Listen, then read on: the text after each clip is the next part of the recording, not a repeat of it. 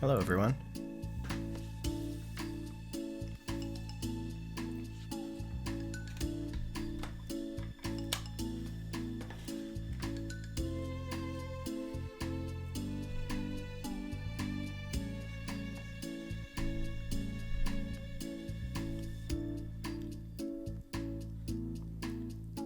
Let's see. Gonna slightly decrease the music volume, just in case. It's a little too loud compared to my voice, but you can let me know if I need to adjust anything further.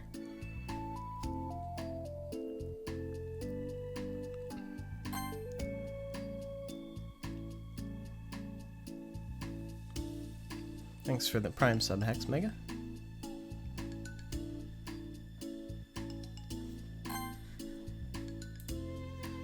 And thank you to everyone for joining the stream today.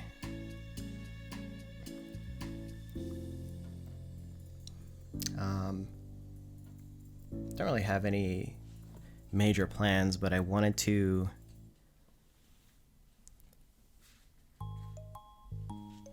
just be available for chatting and stuff like that. And I thought I would play some of my favorite games. Thought I would start with Melee just because I haven't played it in a while and thought it would be nice. And then I want to move on to some more like artistic and inspirational games like Yume Nikki. Not Myst, but I was thinking Riven, actually. Riven is where it's at for me. So I was thinking about playing that. And then from like we'll kind of feel things out and see where we want to take things.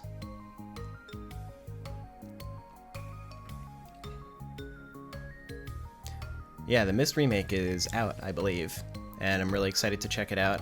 I have to decide still if I want to like play it normally first or just play it in VR right away.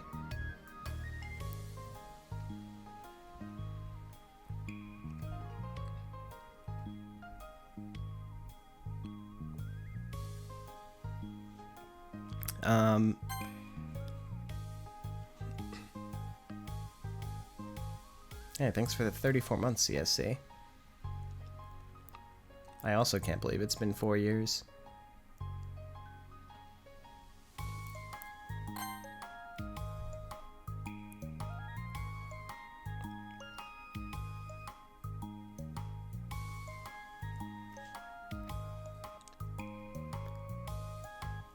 I'm definitely gonna stream Melty Blood when it comes out. This year in general for me was an amazing year for gaming. Because you have Melty Blood, there's a Tsukihime remake, which like is not localized or anything, but it's really exciting that it's out, and I'm sure people are working on localization stuff, like fan translations. Yeah, Melty I'm incredibly excited for. It's like my favorite fighting game. And then there were some other amazing games that came out this year, like the Myst remake. Let's see, the new WarioWare game I absolutely love. Metroid Dread is coming. Advance Wars is coming. The Advance Wars reboot.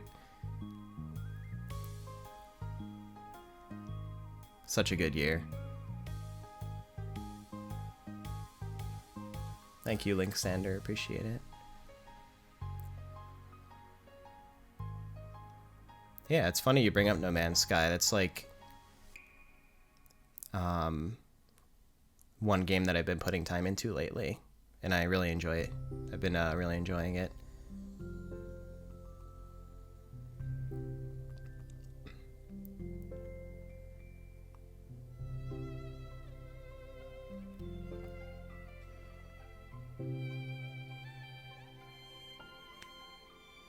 Hello, Susan.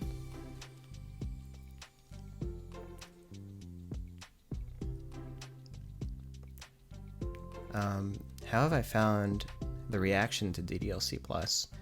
I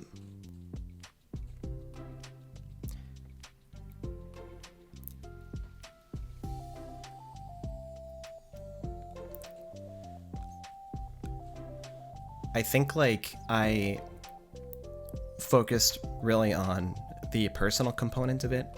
Like I really wanted to, you know, like I haven't really been paying attention to like metrics and stuff like that, but I really love when people like share their experiences with me and tell me the things that they like about the game and the writing and things like that. And so that's been like the most amazing part of it for me.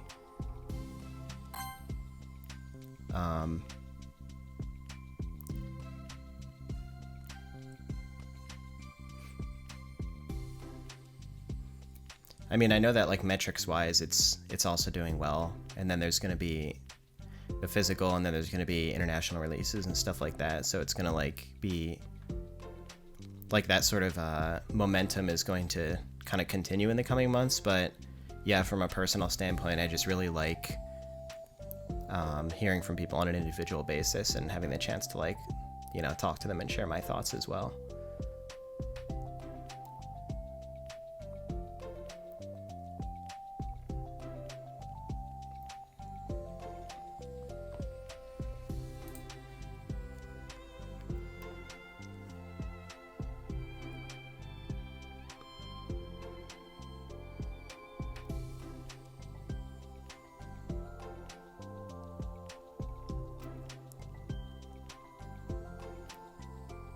I can never pick a favorite DDLC song. The one that's playing right now is one of my favorites, though, in DDLC Plus.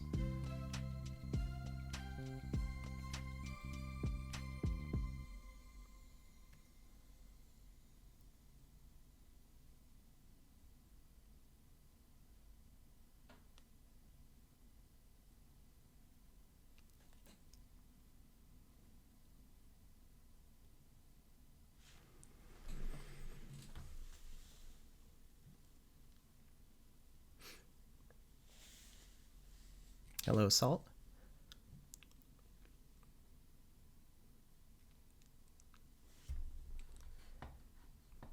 I couldn't pick a favorite side story either. Why did my music stop playing?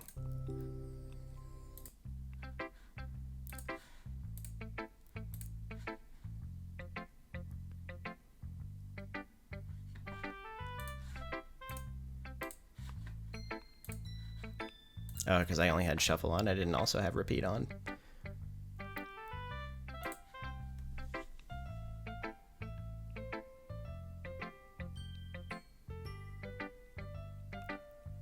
Hello, Monica Cineroll.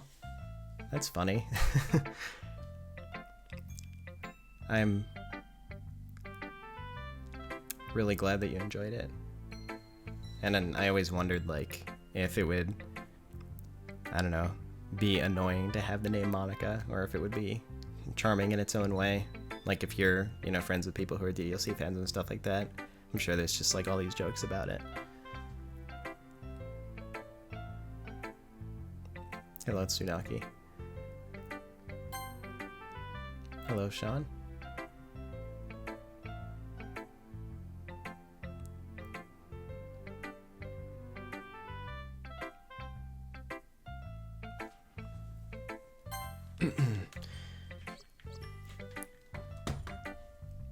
You know, I went to reach for my GameCube controller from Melee, and this is the weirdest thing.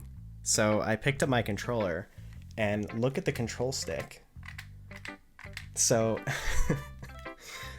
like, this like plastic and rubber like, you know, grip on the control stick, like if you look closely, it like cracked at the top. Or where is it? Yeah, look at that. I've never seen that happen. And it was just like kind of sitting on my shelf, so I have no idea. I mean, it's quite old, so maybe like the plastic got more brittle over time. Maybe it was like getting hit by sunlight and it just kind of happened. I have no idea. But I was like, you know, using this controller fairly recently for Yoshi's Story, like a month ago. So I don't know. So I have this backup controller, which, like, you know, I had two controllers and I basically disassembled both of them, and all of the best parts I put in that one controller. So now I have like this secondary controller that has all the worst parts. Like, look at the stick on this one. It's like kind of like really, the rubber's like gone. It's kind of nasty at this point. I wonder if I can take the rubber off of the broken one.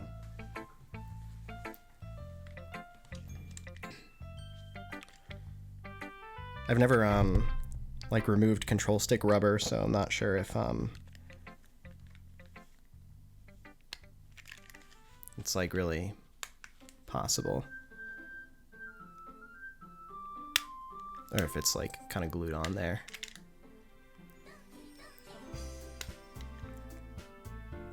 You're right, a long time ago I said that, like, a long time ago I said that in DDLC, like, I would have liked to see Natsuki have a little bit more screen time, because like Yuri gets a lot more in Act 2 specifically, but the side stories in DDLC Plus kind of like fulfilled like, I don't know, all of the additional things I wanted to write about the characters, I think, you know. And that, like, that kind of balances them all equally, but I think it was what I really wanted to do, and I'm very satisfied with it.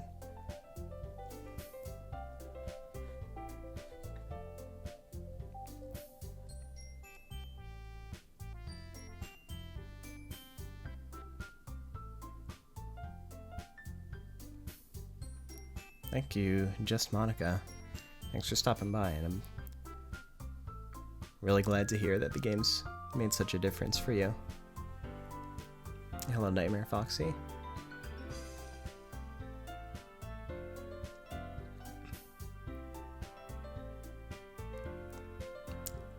Thank you, Call Me Roger.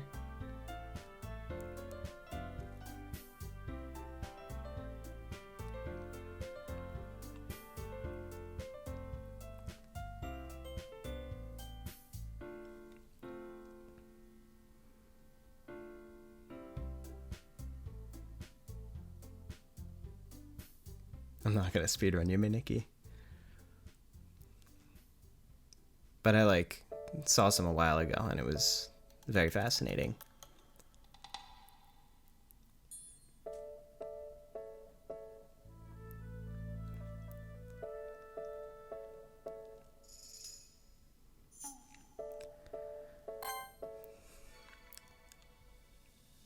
Thanks for the sub, Fluttershar.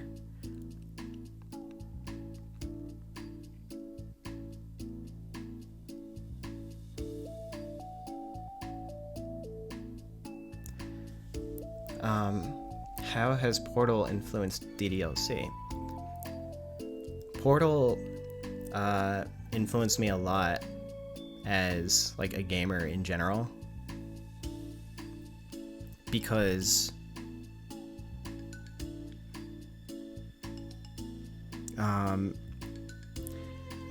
I think it really demonstrated that emotions can come from unexpected places.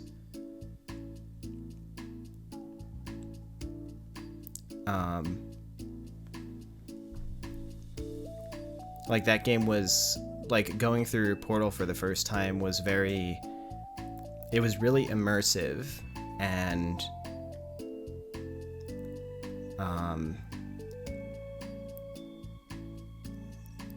like, I really felt the unsettling nature of the environment, and I was not expecting there to be sort of like a character development in GLaDOS over time.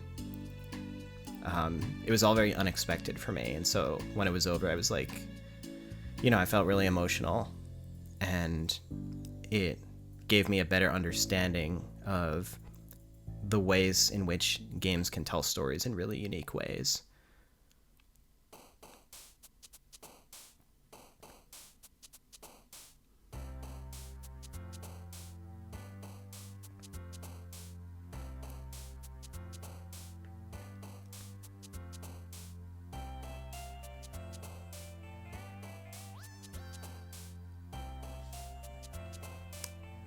Hello, Giova Bosk. Thank you for your kind words.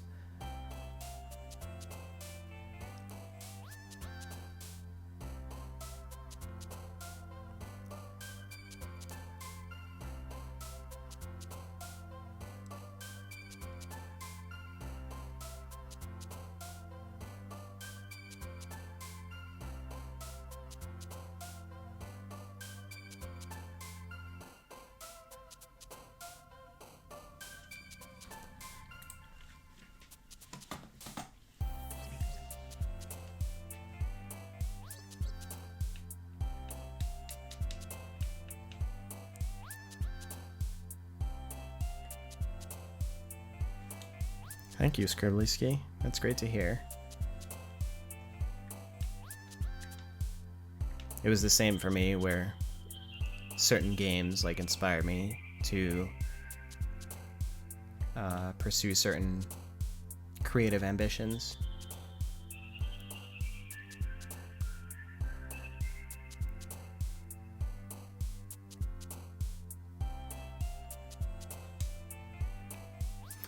I never questioned why some people like have a specific DDLC character as a favorite.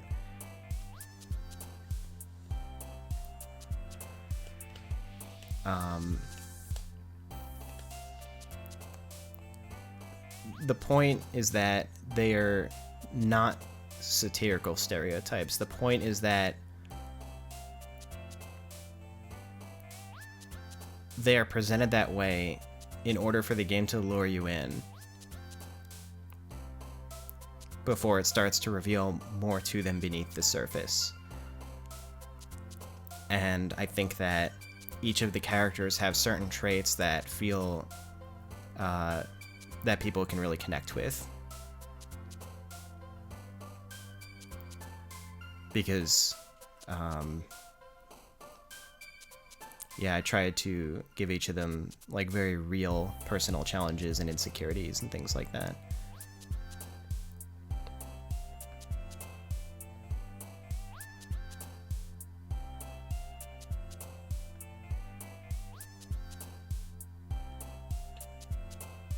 Hello, Rushster. Thank you for your kind words. I can't believe it's been 4 years either.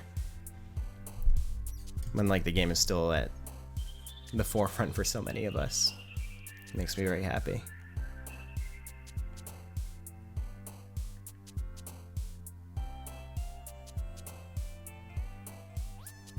Hello, Jedi Jonas. Thanks so much for sharing that. I'm really glad that you were able to find Sayuri relatable and it was able to help you.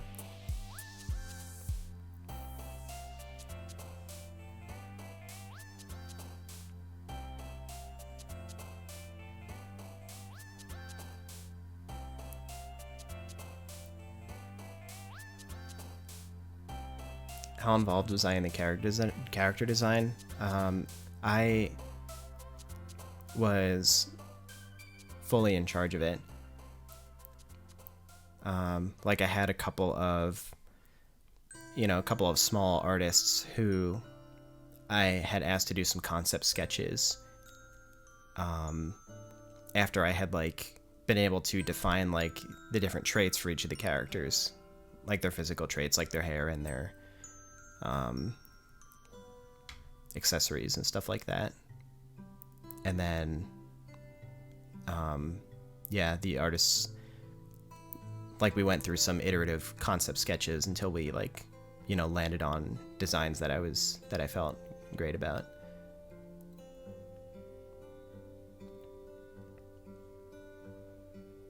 Thank you, Cynic Bones, I appreciate it.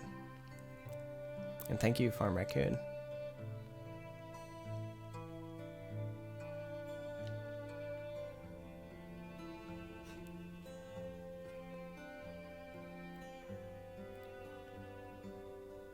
And thank you, Krish Nuggets. I'm really glad you feel that way about the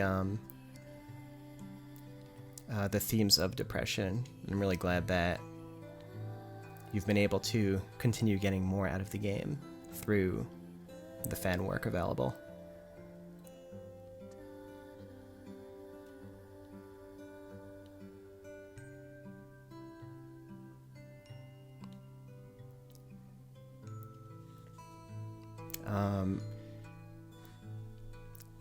Chemistry Cat is asking about, like, the original DDLC story and if I felt pressure in the side stories to, like, portray certain things based on how the original story was written. Such as between Monica and Sayori. And the answer is that I didn't.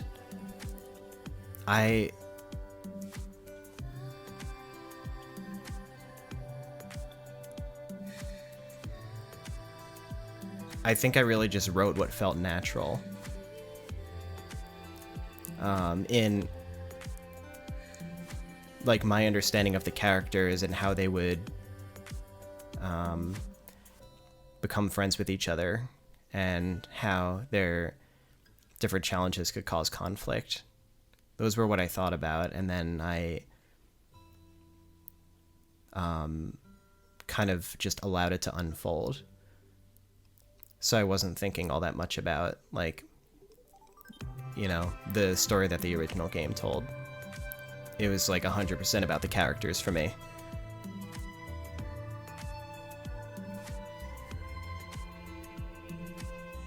And thank you, Breaking Awesome. And thank you, Reason RMG. And thank you, Blessed Hellfire. Really happy that DDLC Plus was so fulfilling for you. And the side stories are the favorite part of it for me as well. And thank you, Tyler. And thank you, Momelon. Shoutouts to Melee.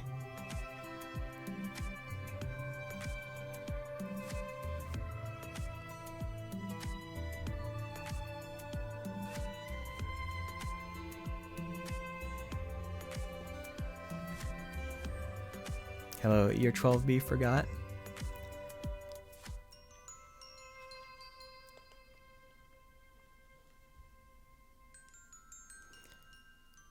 That's really amazing that your girlfriend was able to spot that in Sayori before it was, like, revealed.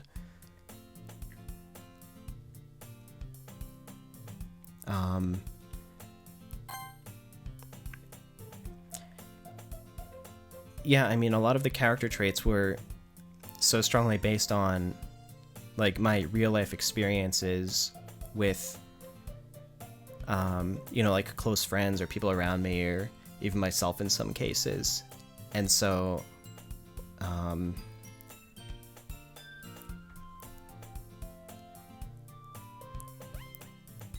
I think, like, the way that they're portrayed is less like, okay, let's make a character with depression. And it's more like, I want to make this, like, character who feels very human, and has all of these, like, coherent traits that I've observed in people. and they all kind of like tie in together to create a whole.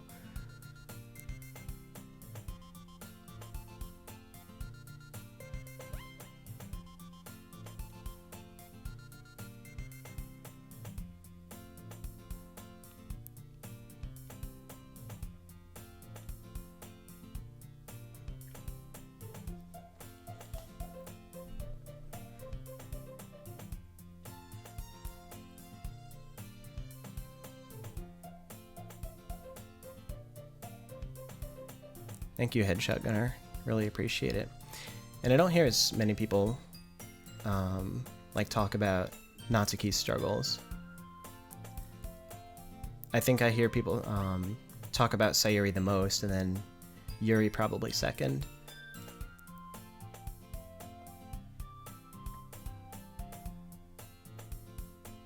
It's amazing, Matt, the meme, 111,000 words. I hope that that's been fulfilling for you.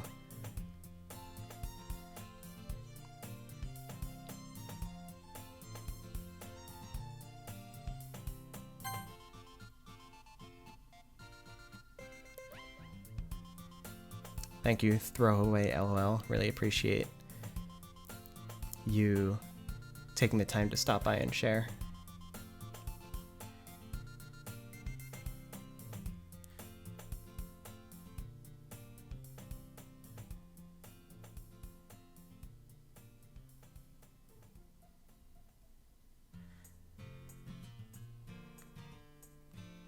And thank you, Troublemaker.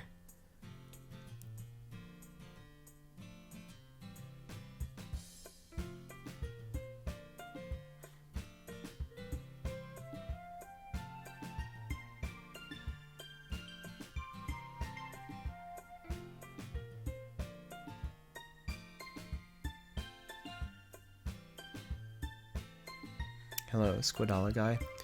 Why was Yuri's theme a remix of an existing DDLC motif rather than an original theme like Natsuki's? When I originally wrote the DDLC track Play With Me, I wrote it mainly with Yuri in mind, and I ended up applying it to Natsuki's scenes as well. One, because it felt like, you know, it worked more nicely than I anticipated. But also because I was running out of steam when it came to like the music composition. You know, like I had discarded a whole bunch of ideas, and it's like the best ones that made it into the game, and so like I never landed on 2 separate tracks for Yuri and Natsuki. But in the DDLC Plus side stories, I had the opportunity to do that. So that's kind of where that came from.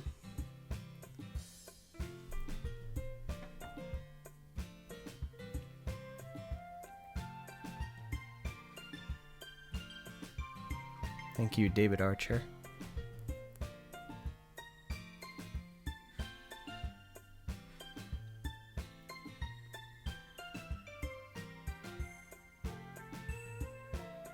And thank you, Kowski6.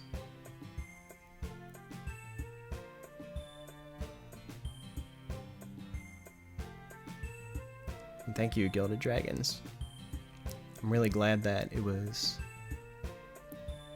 inspiring for you in that way. Whenever I hear things like that, it kind of feels like I'm like paying it forward, because I have the opportunity to like creatively inspire people in the way that games have done for me in the past. And that always makes me really happy.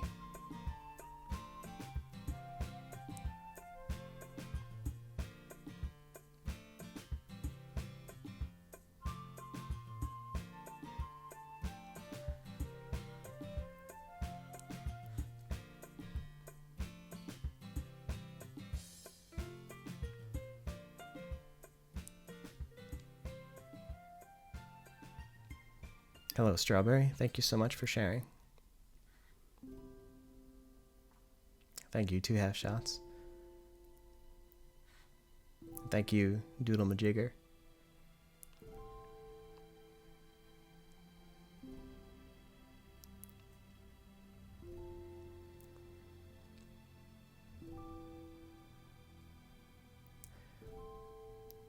Oh, this is an important one. How did you keep motivation for creating the game until the end?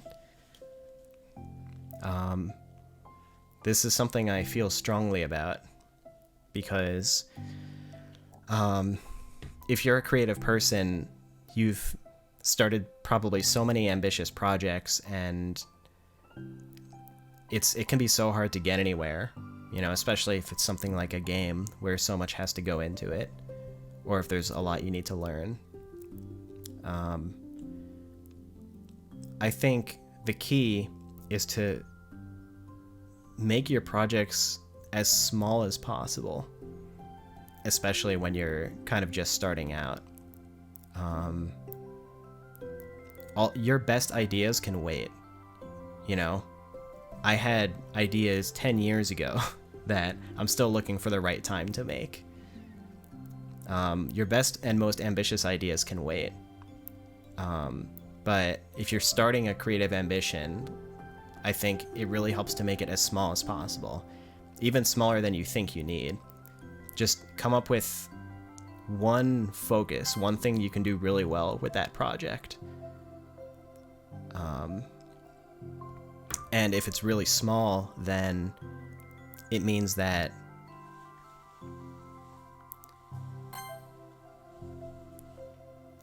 every little bit of progress makes you more tangibly feel like you're actually moving toward an achievable goal. And the second thing is that you have to learn things along the way while you're making the project. And if it's very small, then that obstacle of needing to learn new things will not be as daunting. Because instead of 100 of those obstacles, there's going to be 10 of them. And that makes a really big difference as well.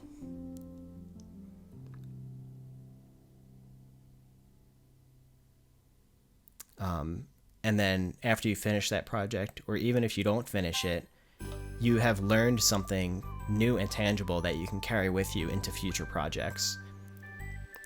And so you move, like, you know, the goalpost moves forward. You've learned these things, and so now you can push it a little bit forward and learn these things. And it's very incremental and gradual.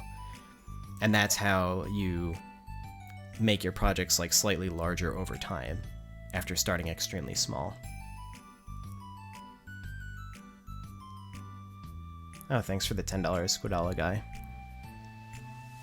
Oh, I answered that a few minutes ago.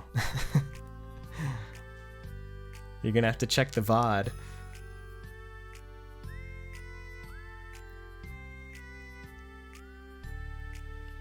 Thank you so much, Marufu. Thank you for stopping by.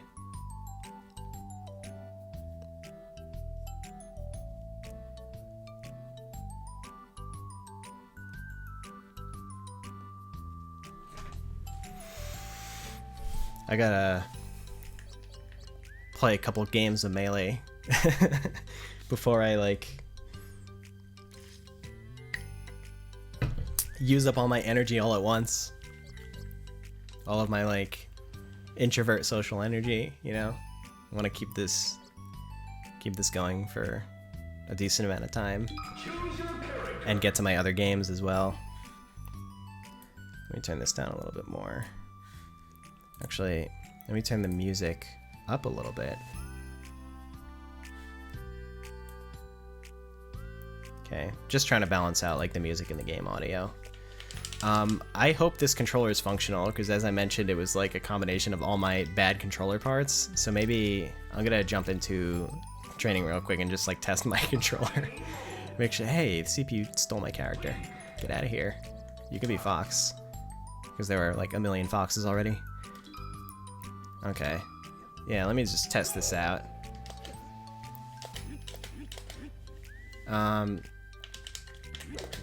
Okay. Yeah, the stick feels really crappy, of course, but something I gotta deal with. Okay, well, all the buttons are working, so I guess that's good enough, right?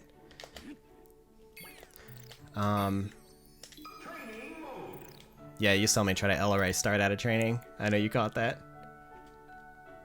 Oh, thank you, Childish Forever.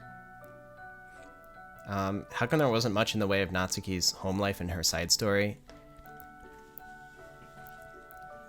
Because, like...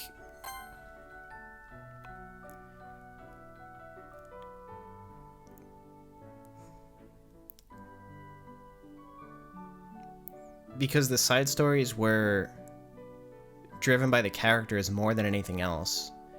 And what matters in the side stories is who the characters currently are and who they want to become.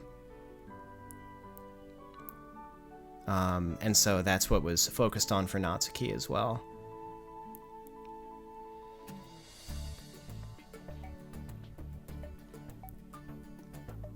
Thanks for the sub. Try the rain.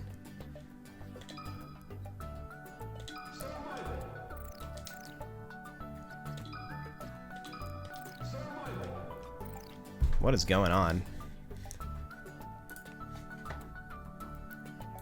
I didn't remember. Oh, right. It's probably in the one player section. I like forgot where the online options were. Okay.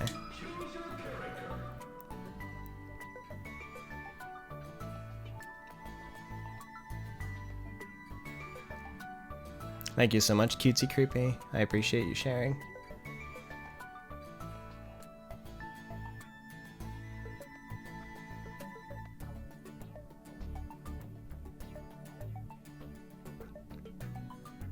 Yeah, I'm absolutely loving the new WarioWare.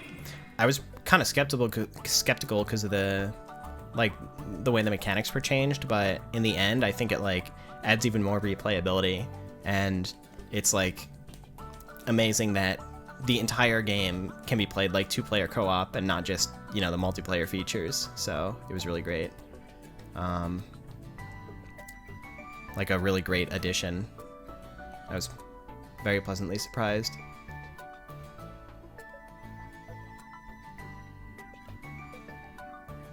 Thank you, Karasu. I hope you get a lot of fulfillment in your own game development pursuits.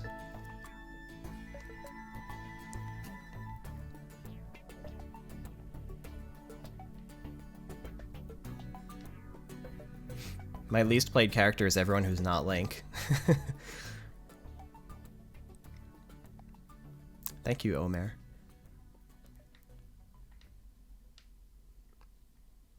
There are various games, not necessarily game series, but games that I just do not get to talk about very much, that are, that I'm very fond of. One of them is Riven, which I hope to play a little bit later. Another is Free Space 2. And then there's like various other childhood games that mean a lot to me.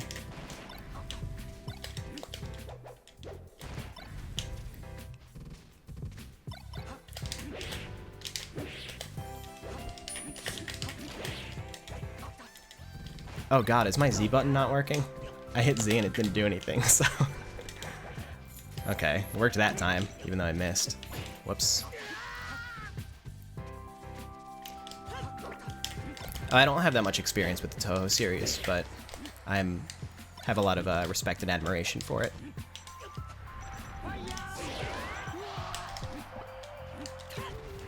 Oh yeah, I think my Z button is kind of inconsistent, because I tried to bomb drop there and that like also didn't work. So I don't know, I'll just have to remember to push the Z button a little harder, I guess.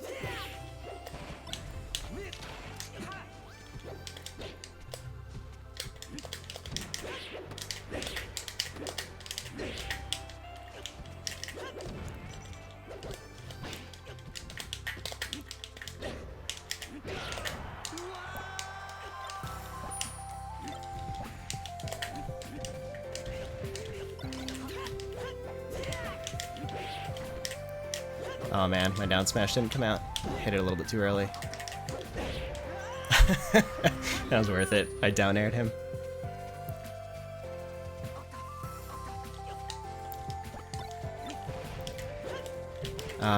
Sonics, I answered that question a little bit earlier, but the short answer is yes.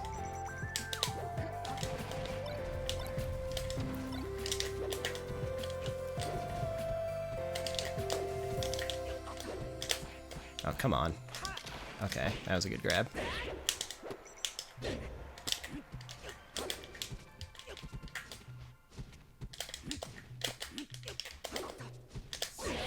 That shouldn't have worked, but whatever.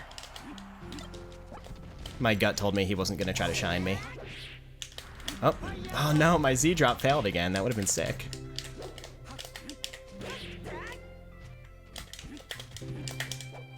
Up smash? There it is. Don't fish for KOs.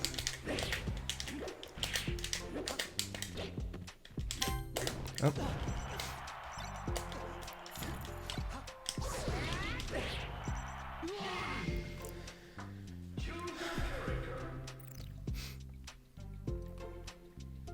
Man, feeling rusty, but still feels good.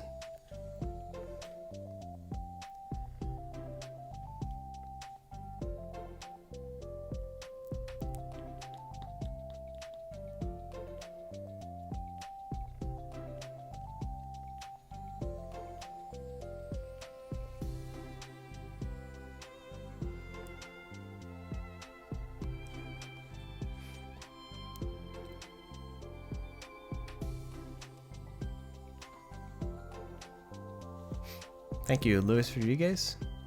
Appreciate it. Thank you, God of Coffee.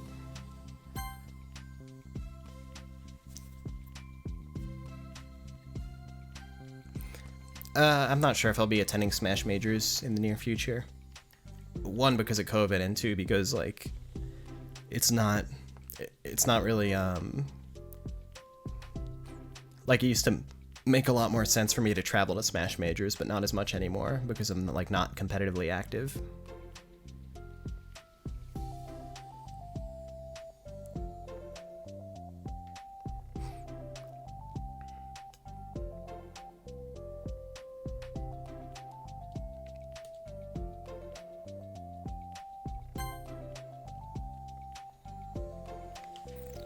The Last Fighter.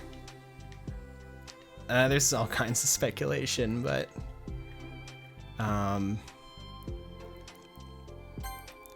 like I think I can come up with like my desires for The Last Fighter, but I don't know if it's like realistic speculation. Thanks for the $2, Oscar Man, and thank you for sharing your kind words about DDLC.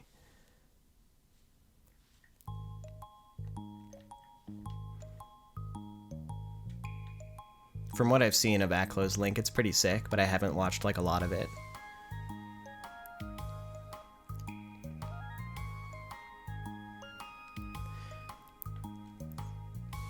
I think if I had to pick one character who I would like for The Last Fighter to be, and this wouldn't be based on like just who I would personally want to see, it's like just based on my feelings for the game industry. I think I would like for it to be the Doom guy, probably. That's what I would like, because a lot of the characters who have made it into Smash are ones that like heavily influence the game industry in some way, and I think Doom is near the top of that list, I would say. It's like, you know, you could probably pick out 10 games or even fewer that like monumentally changed the gaming industry, and I think Doom would be on that list. And for that reason, like, that's why I would want to see him represented in Smash. Because I feel like Smash is just a great celebration for that sort of thing. I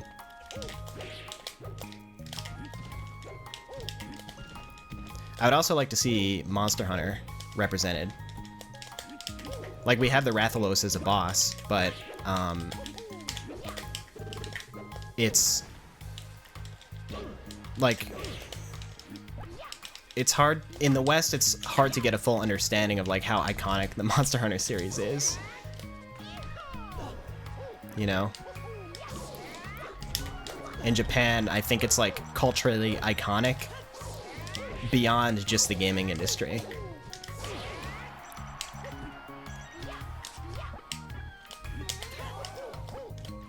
Like when Monster Hunter Rise came out on Switch, there was a news story that made it to the West about a company who gave all their employees the day off on the day the game came out.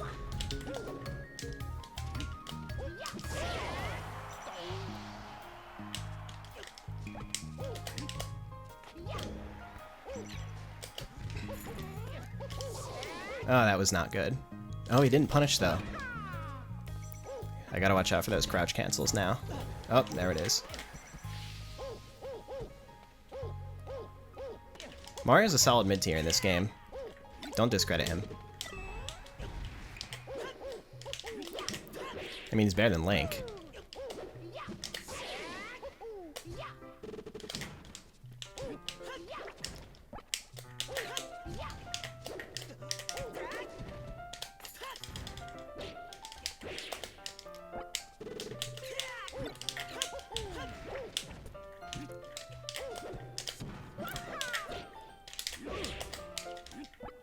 Double jump, cape, 2 capes.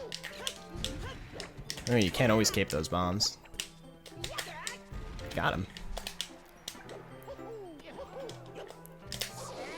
Darn. Ooh, okay.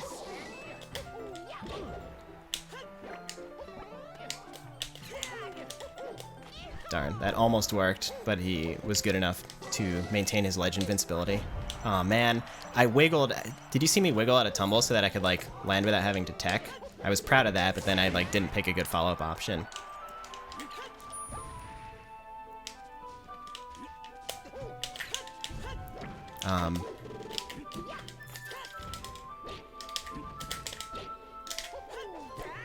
My opinion is that wiggling out of tumble is the least explored mechanic in the melee meta. You can do incredible things with it, but nobody really does it, from what I see. Ah, failed that.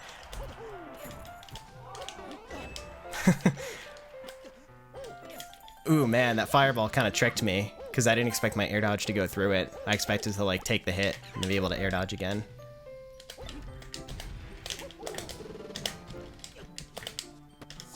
Okay.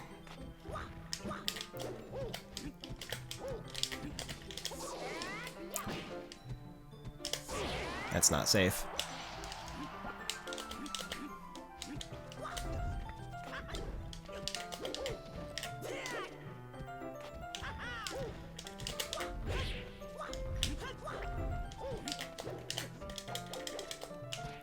Oh, try to buffer a roll there.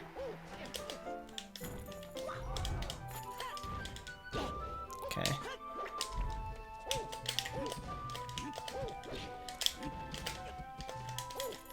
Ooh, nice spot dodge.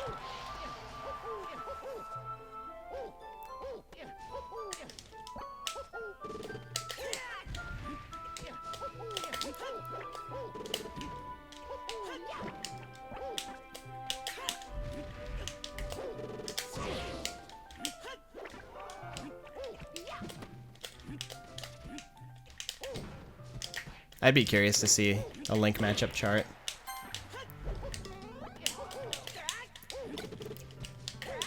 Like, a lot of different Link players have different opinions just because they're at, like, different skill levels, and the meta for each character changes very much at different skill levels.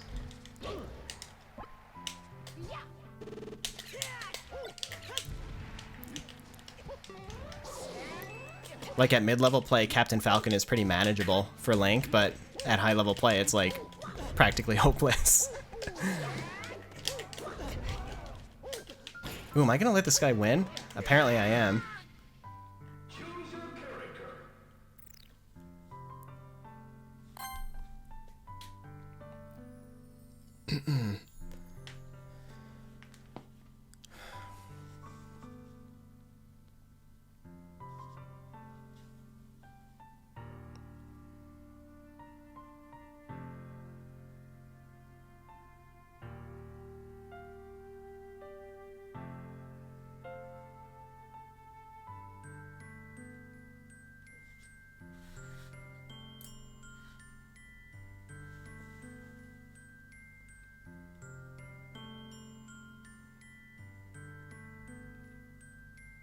Thank you, Salmus. I appreciate it.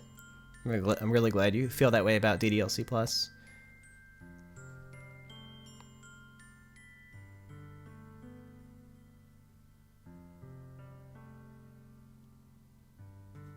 Hello, Pablo.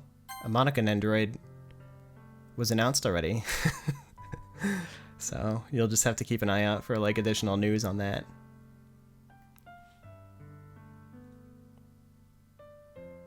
Thanks for the $10 Afro Zero. You didn't misjudge that, Mario. I was just autopiloting.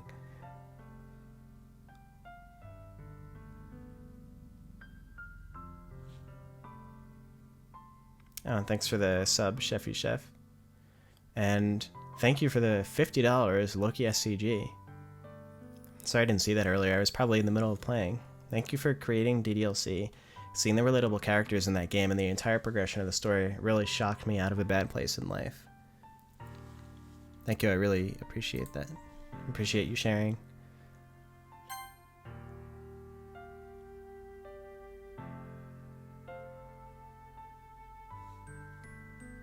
And thank you for the additional $10. I'm sorry, you probably thought I missed your donation, but you probably like did that second one as I was reading the first one.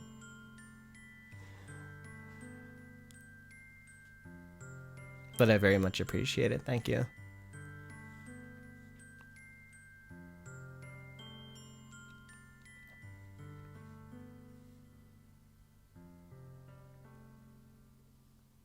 Hello, Plague Doctor. And hello to the Brazilian DDLC community. I hear that's a pretty strong community, so I appreciate it.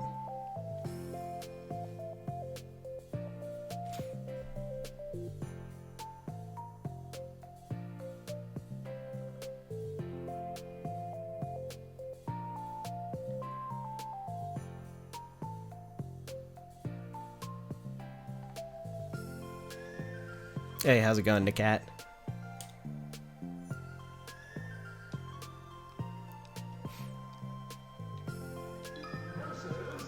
Game & Watch? Alright. Oh, FD again? Actually, FD is probably a lot worse for Game & Watch. Game & Watch really benefits from those platforms, I think. I mean, Link does too, but Game & Watch is lower tier than Link, so... Okay. Alright. I like decided to do that up B at the ledge just like, I don't know. I feel like it was disrespectful to my opponent, so I apologize for that.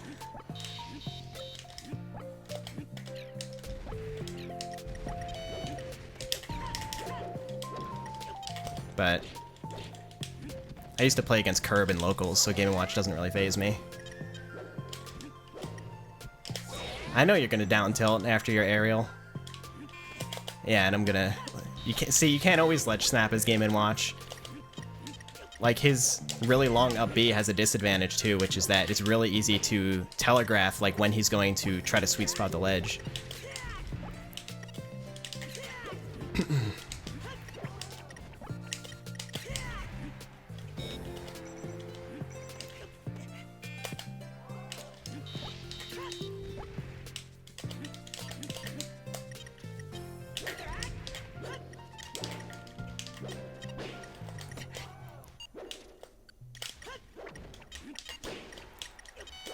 Ooh, that was close. Didn't get the semi-spike on that, and now he's gonna try to sweet spot the ledge. I could have just grabbed the ledge there, but wasn't really thinking about it quickly enough. Ooh, the parachute, okay.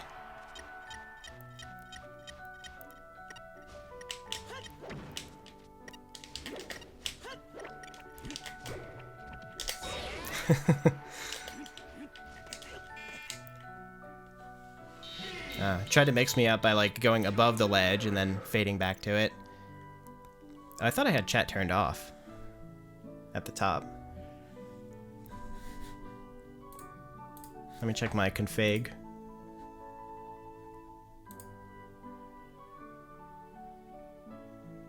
Quick chat.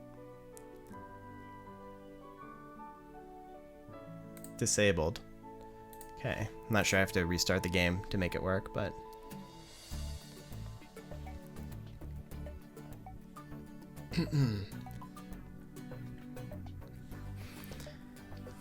Do I feel the drive to go back to play competitively? Yes, not with Melee, but with Ultimate. Like, I feel very regretful that I couldn't stay on top of Ultimate, you know? And even games like Melty Blood.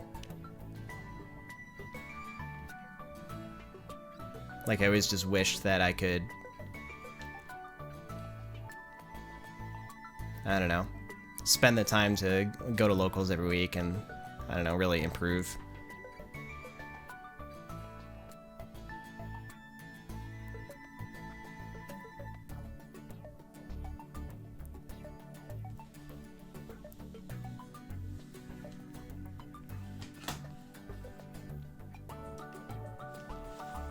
I got in touch with Nikki before the original DDLC came out, actually.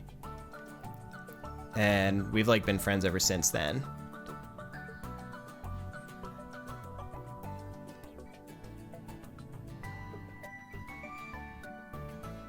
And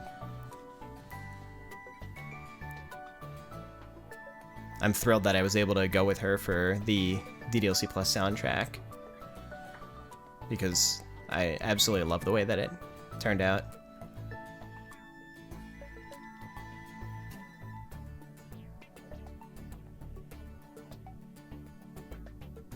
It's not about not allowing myself to do what I want to do with my time. It's more like there are too many things that I'm interested in, you know?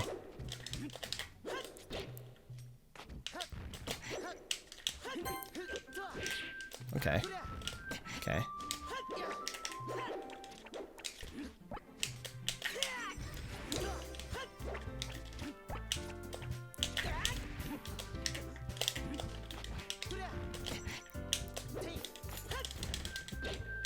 That was not a respectful F smash.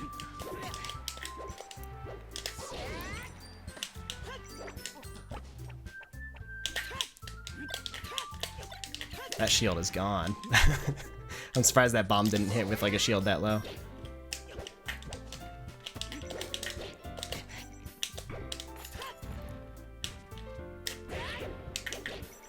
That was weird. He's at like 100, but that down smash sent him nowhere. Some kind of SDI or crouch cancel, I don't know. Okay.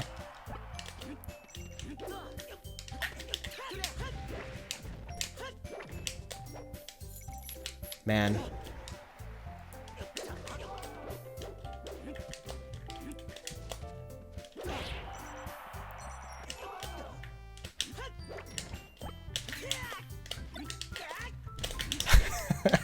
Rolled right into it. Double jump? Yep. Okay.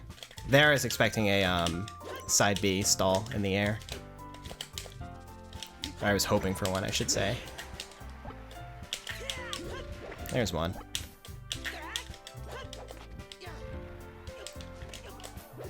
That was the most obvious F smash I've ever seen.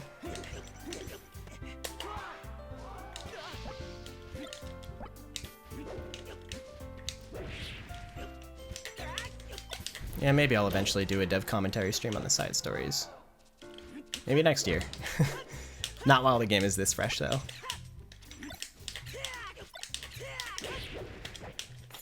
Oh, yeah. Up there. Double jump. I was slightly off with that. Okay. I was kind of asking for that. I play Link exclusively in Ultimate as well.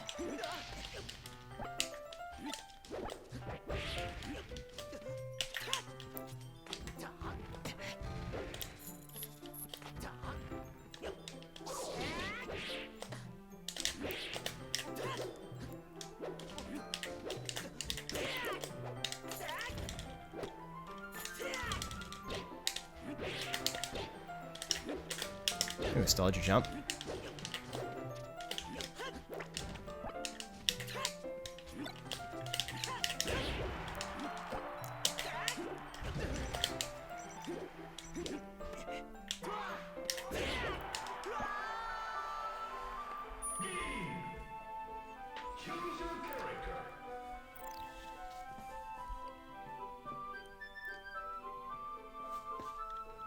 I think Ultimate Link is a lot of fun.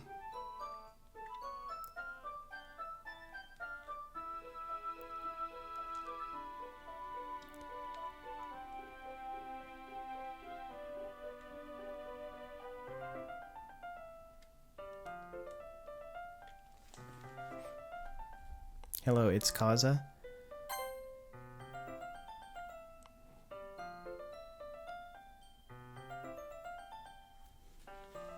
Thanks so much. I'm really happy that you enjoyed the side stories that much.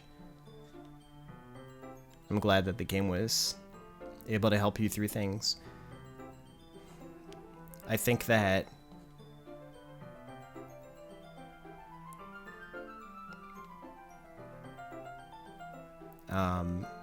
having that sort of connection with the characters, or any characters in fiction, can be like really amazing and helpful for a lot of people, because it can be a way to feel less alone in what you yourself are going through.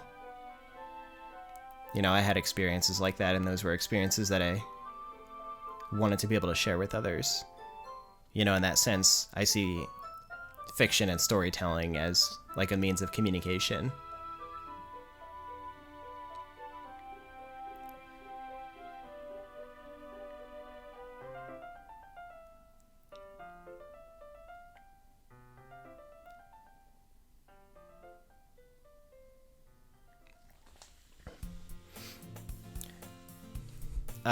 My competitive Melee history predated my Yoshi Story speedrunning for a few years.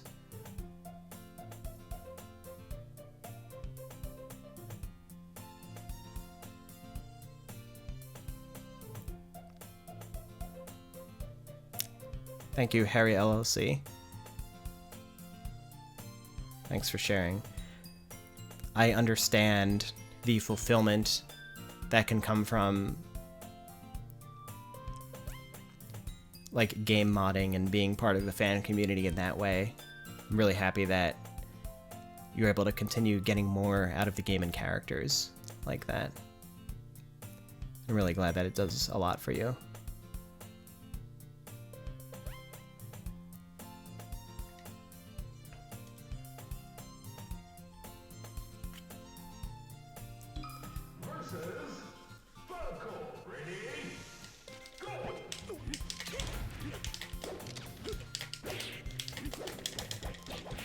Ooh, okay. I saw that coming. Oh, I saw that coming too, but I didn't shield in time.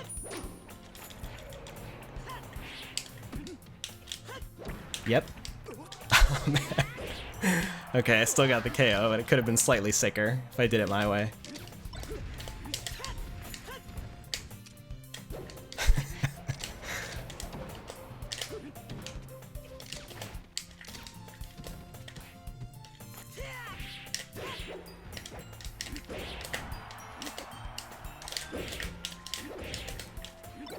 Ooh, interesting. Oh, come on, man.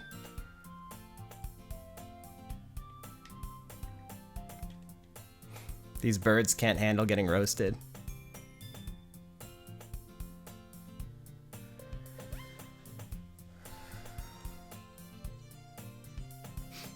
Am I into meditation or lucid dreaming? I'm trying to build a habit of meditating regularly.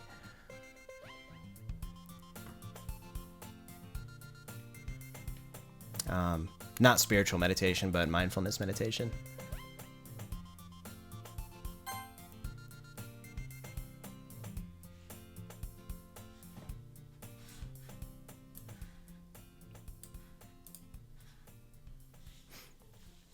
Thanks for the $5, Squidollar guy.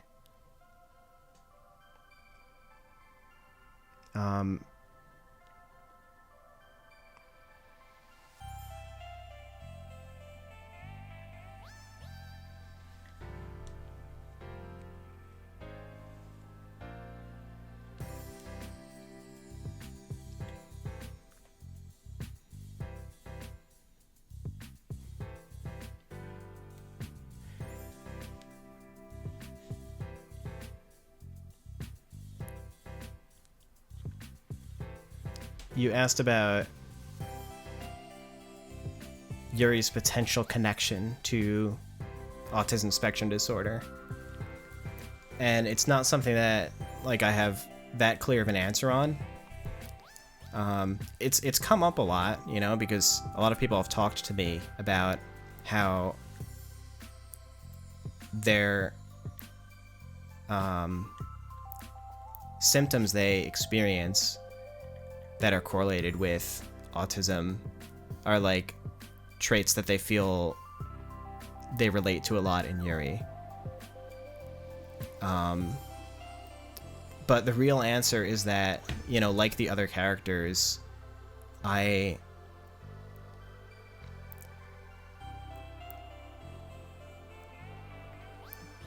designed her based on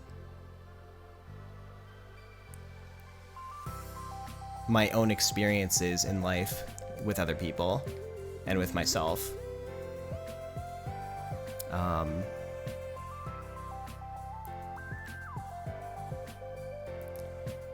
I think it's a case where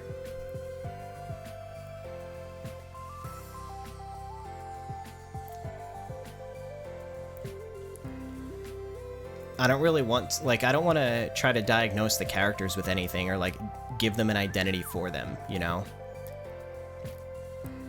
I think the characters should have agency over their own identity. Sayuri has chosen to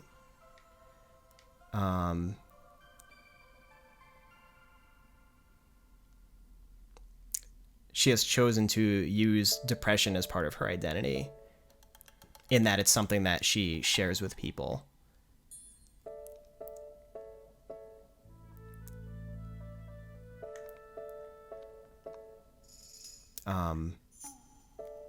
I think that's kind of the best way that I can put it. And that's what I meant when it's like, you know, kind of difficult for me to answer. It's like, you know, the traits come first. The traits and the insecurities and the habits, like, those all come first. And, you know, just like the way it works in real life, where we are who we are, and sometimes we have a collection of traits that we find are really relatable to the traits experienced by, like, this, you know, this group or classification of some sort. And then we can receive a diagnosis and, like, choose to make it part of our identity. But at the same time, we don't have to do that. Sometimes we don't, because we're not aware that it exists, or we're not aware that there's that connection, like that we're not alone in what we go through. But, you know, sometimes it's just people have a complicated relationship with themselves, and sometimes they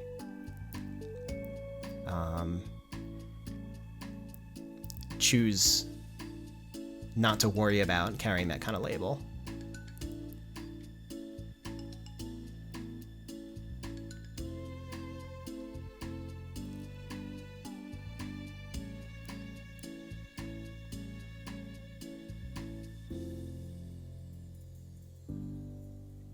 So that's the best way for me to put it, I think.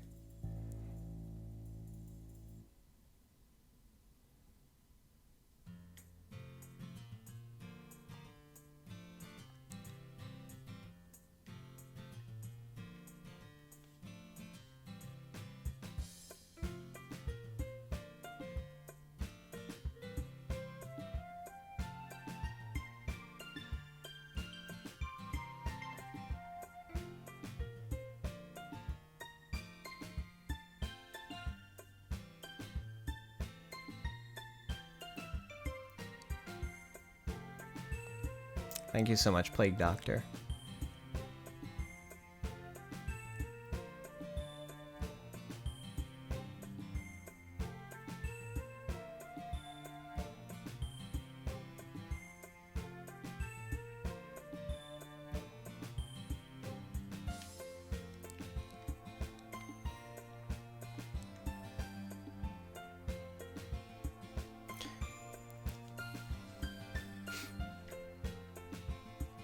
Onion Kid, you say, not a huge fan of the idea of mental illness as part of you. I think the point that I'm trying to make is that there's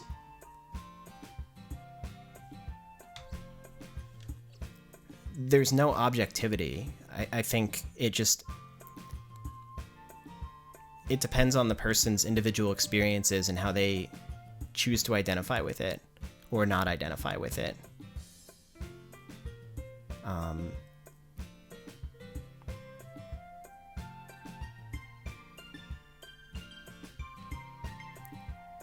Sayuri kind of talks about it in one of the side stories in Reflection, where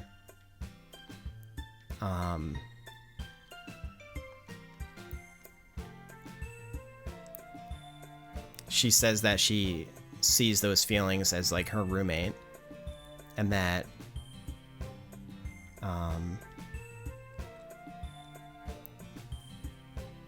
she has to do their best to learn about them and work with them and come to terms with them.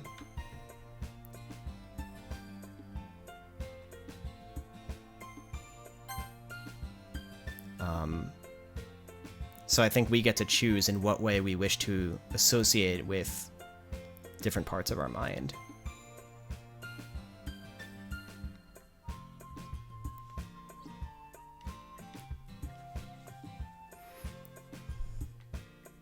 Thanks for the 2 months, Ryken Zero.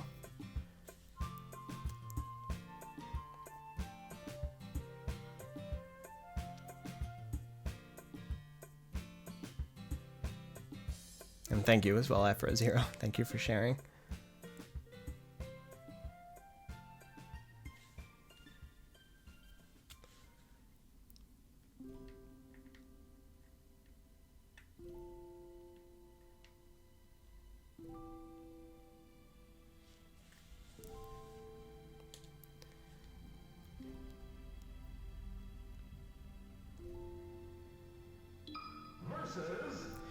Zelda, let's go.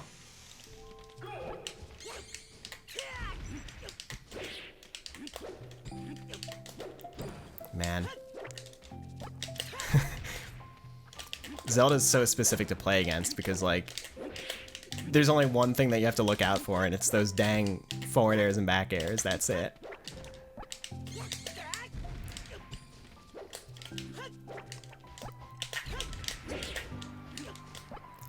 And a good Zelda is good at, like, creating situations where they're viable. Whoops, that's not good.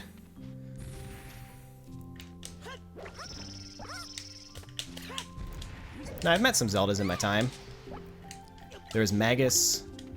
There was the lake.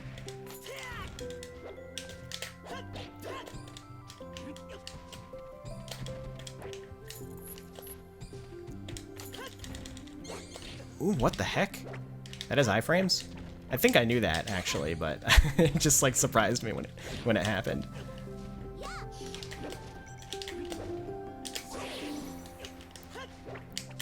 I was expecting that one, but it didn't land anyway.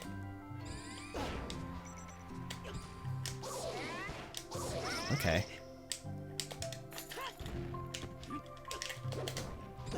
Oh, that shield poke. I love Zelda's down air. It's like they forgot to give her a spike hitbox. It's like the entire thing is a sour spot.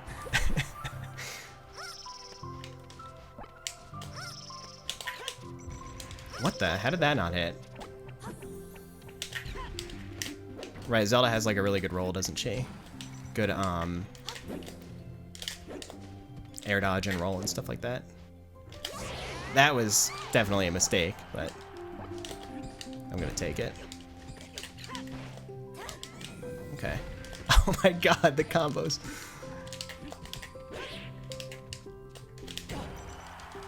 Man.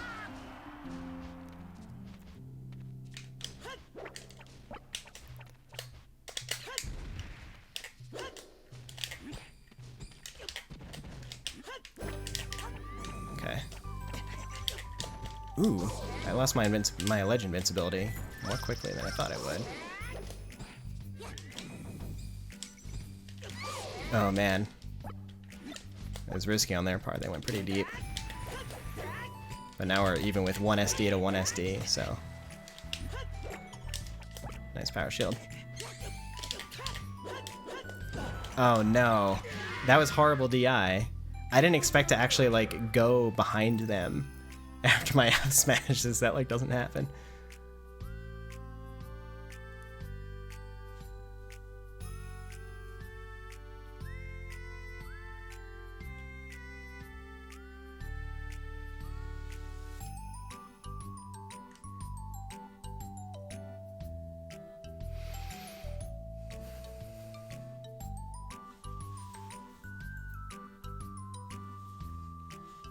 Thank you, Ronnie Boss.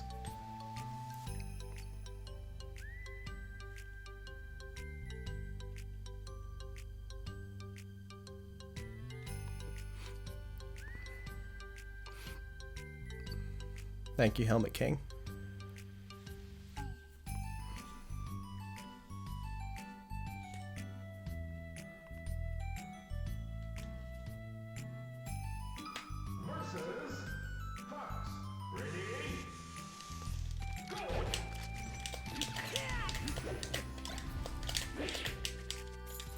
Okay.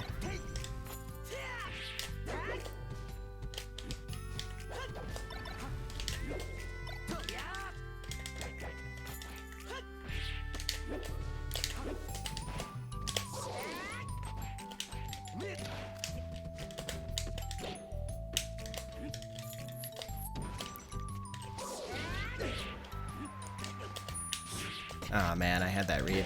Wasn't fast enough.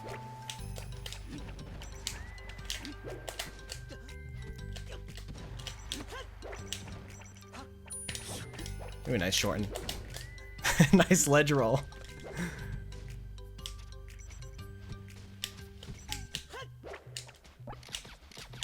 Who's gonna take the first stock? He is. Oh, no, not a good punish. That was close. My shield was like not good enough to withstand that up smash, so I'm glad I rolled. Oh no. Bummer.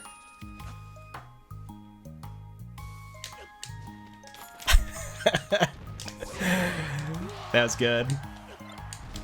Ow.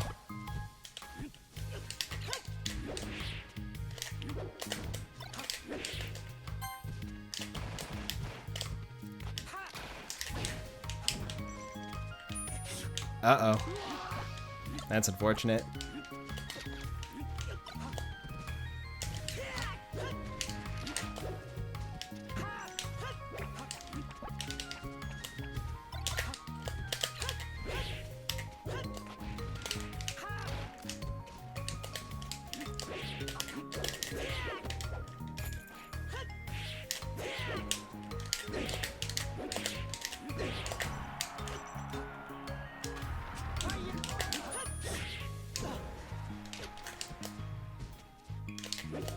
Whoops, that was supposed to be a forward air. I paid the price for that.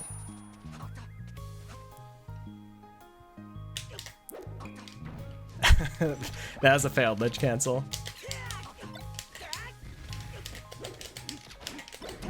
Ooh.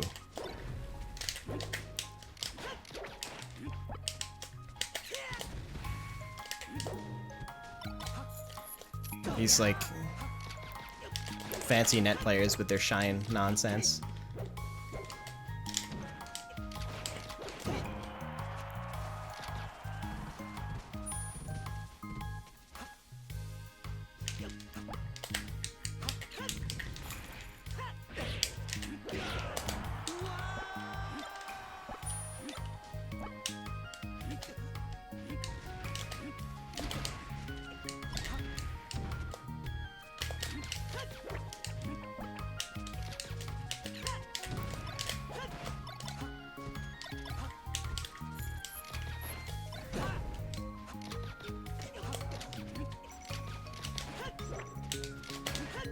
Man.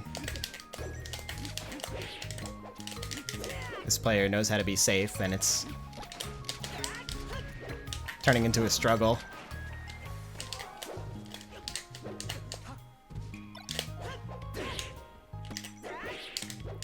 Ah, man. That was close. I don't want to be up there.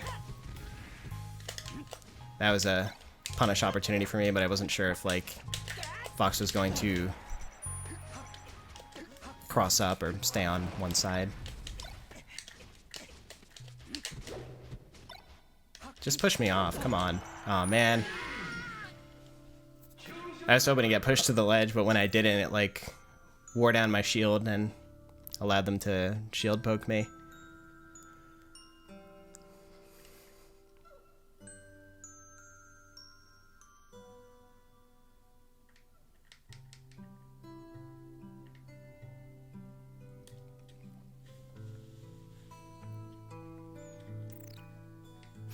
Oh, thanks for the $5, Cleverhood.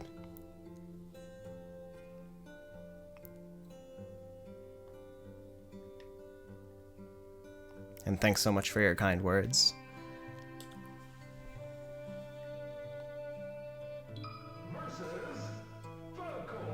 Okay.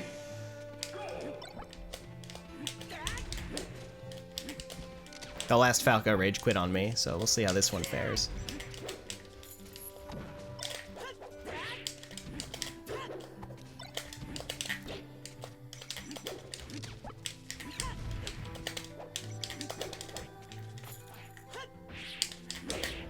Oh, I didn't even mean to up air.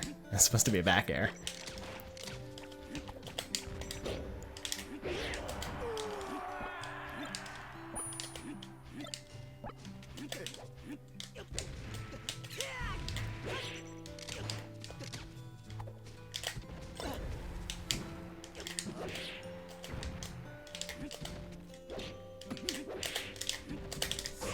Oh yeah, now we're talking. Yeah. Oh, he gave me the crouching acknowledgement on that one.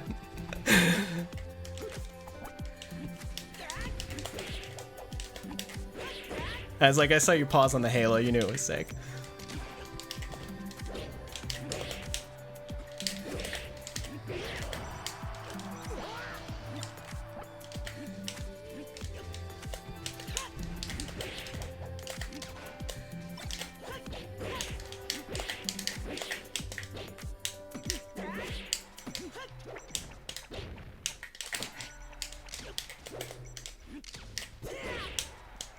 Ooh, barely got him with that dash attack. I'm glad that landed. That was satisfying.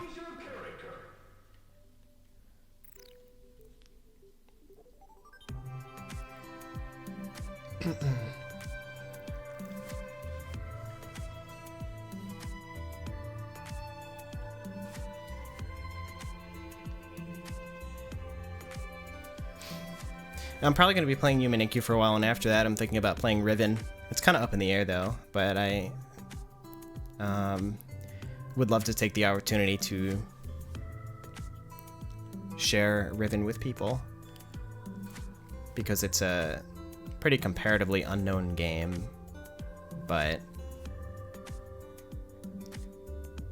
it's one that means a whole lot to me.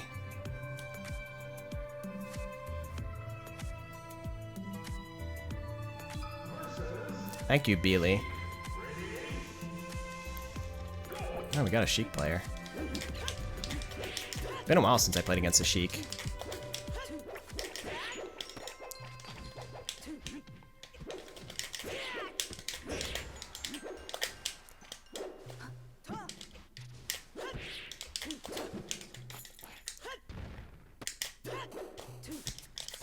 Oh, man. That could have been handled a little bit better.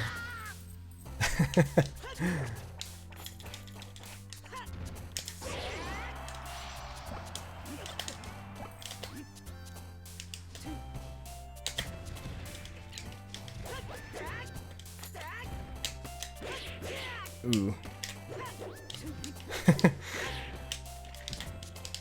I love reading that, like, crouch in place after a down throw. Gets me, like, up to 40% right away. And Link struggles the most when they're at, like, low percents. Like, you kind of just have to chip at them until they get to a mid%, then you can start comboing them, so.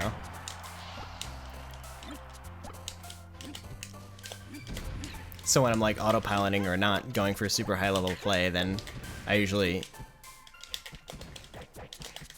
like do some risky things at low %, like, you know, F smash and stuff like that, just to see if I can like get them out of that low percentage more quickly.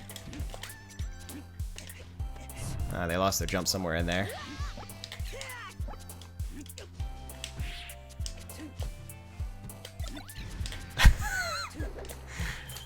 That's pretty good.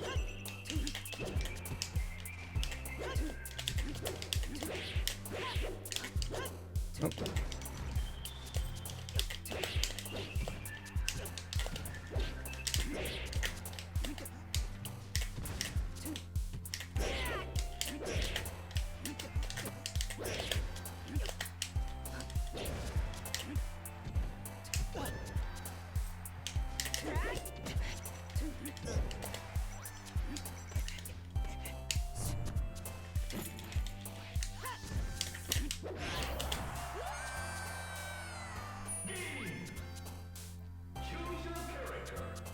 Thank you, Elia. I'll see you around.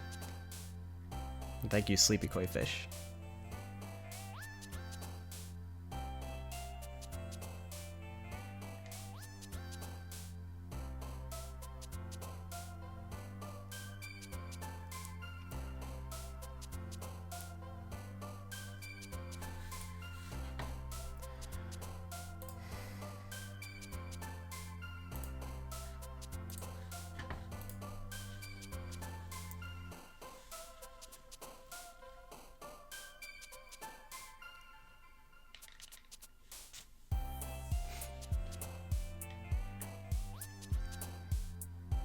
Oh, I haven't played Deltarune yet, so I don't have any thoughts on it.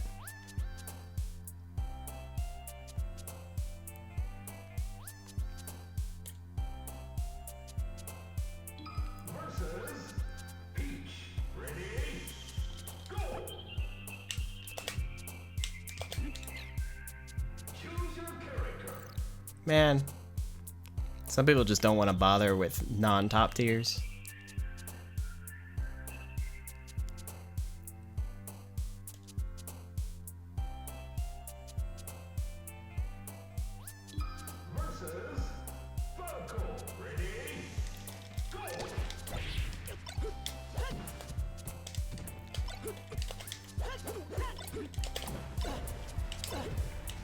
No, I've never met Toby Fox, but I think it'd be cool to have the opportunity to like do so at some point. That'd be nice. Like I'd, you know, would just be interested in chatting about our different experiences as like really small developers. Making a popular game.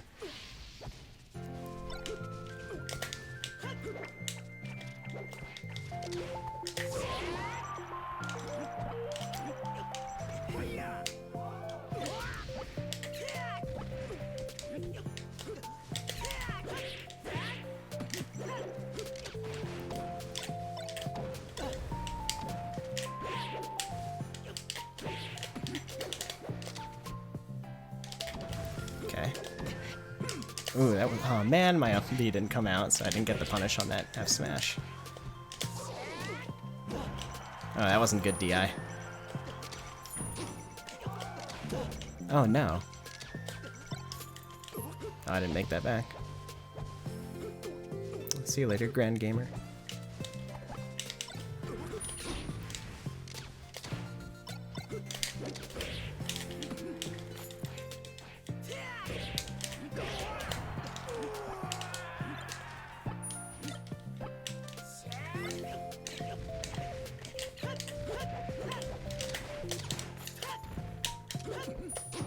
Okay, interesting.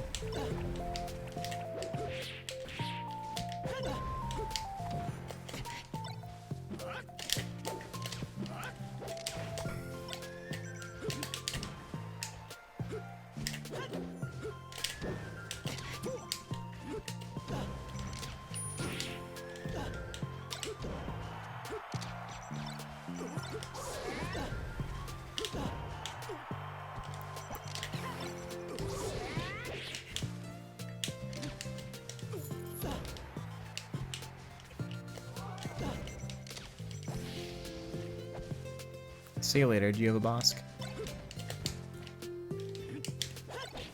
Oh.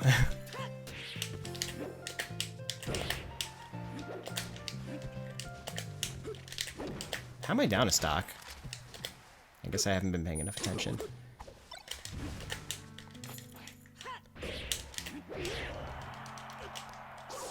Man, that didn't kill. That was a good angle on that up B. Oh man, I didn't like... Oh, that sucked. I shouldn't have let that happen. Oh, I totally would have rematched them. And now I'm not going to be playing Melty Blood today, unfortunately. But I mean, once Type Lumina drops, I'm probably going to be streaming it a decent amount.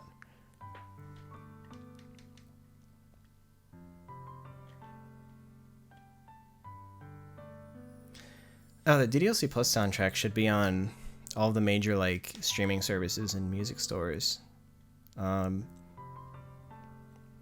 to think of it, maybe I didn't upload it to YouTube yet, but I think I have like the files ready, so I might be able to do that sometime soon, like before the end of the month or something.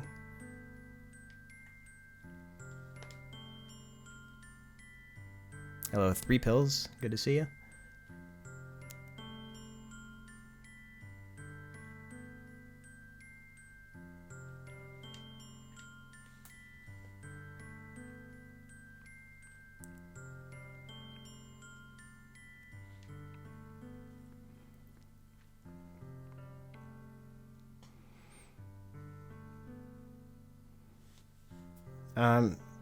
Monica's description of the game being closed is based on, like, it's based on the idea that after closing the game, that memory would be freed and start being populated with other things. And so it would just be, like, random noise.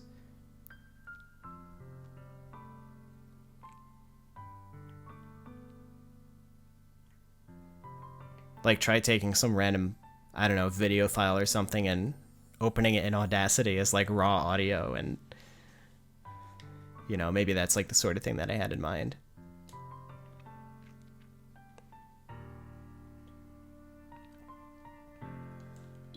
Versus Mark. Ready? Go!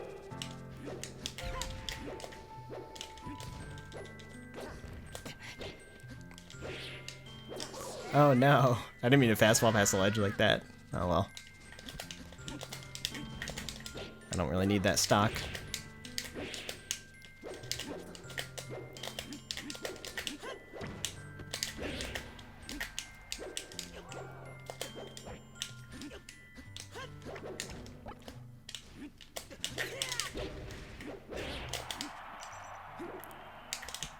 Bye.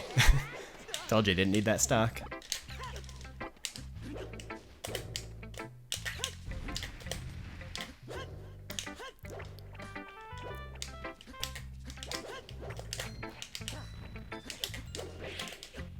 Oh no.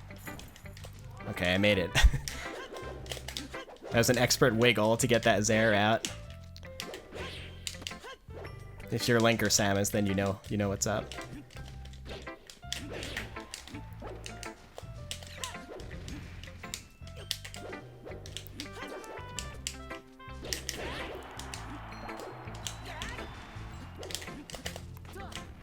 Good grab.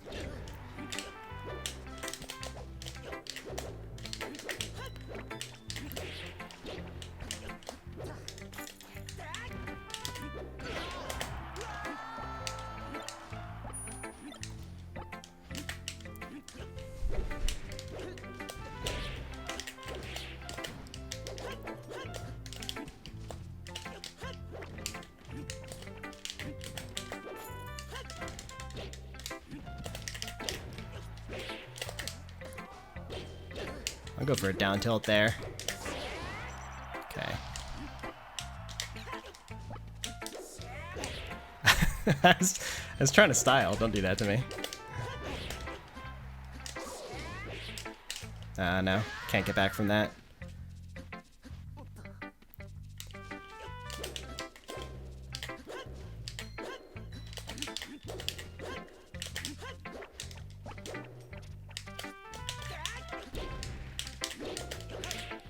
Okay.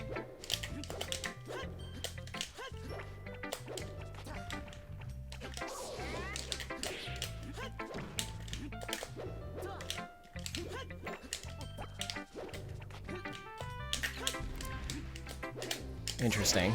I think they accidentally no impact landed that platform. And like threw them off a little bit.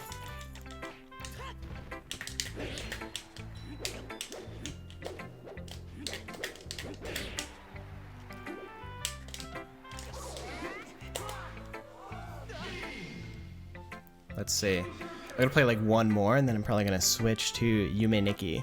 And maybe we'll play that for an hour, and then switch to Riven. Oh yeah, I'm gonna play as Akiha, definitely.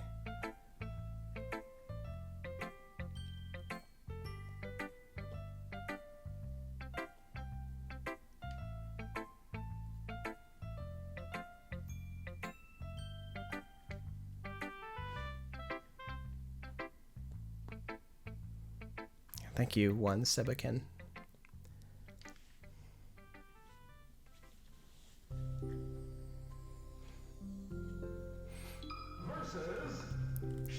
If I like pick up Ultimate again and get better at it, then I would play it on stream.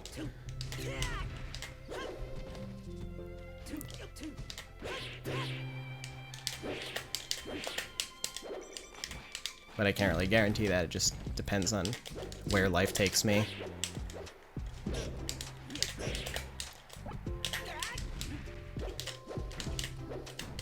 Man.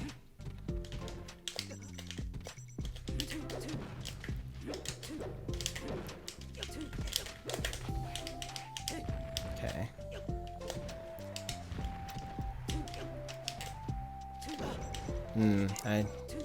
Oh man, how am I getting hit by this many forward airs?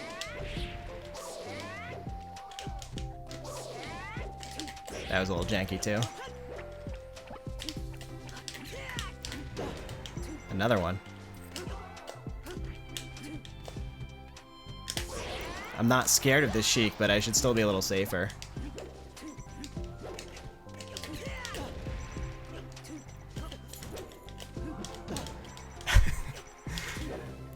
I stopped holding shield after the first hit of the F smash. It's not good. Oh. Uh-oh. No. Wait. Okay. There we go. That's what I'm talking about. I saw that coming. Thought I could get to the ground fast enough. Okay.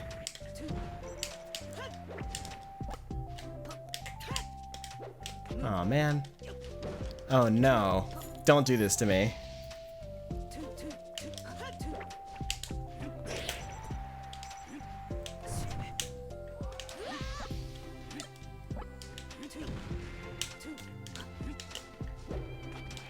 Wow, that's some grab range. Okay.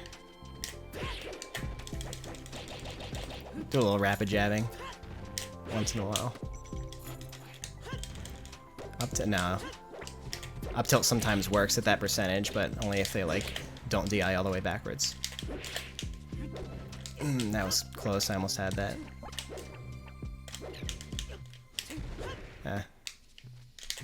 Okay. No.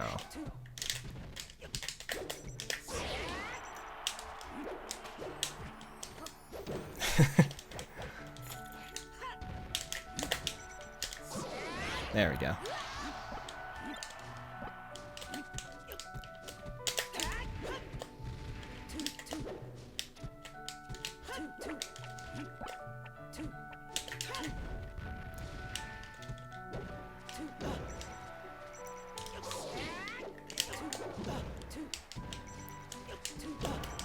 That wasn't good. Don't fall on Sheik like that.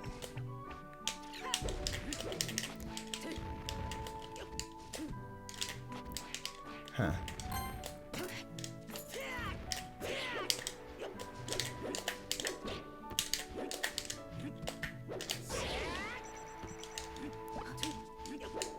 Thanks for the prime sub, Dubusky.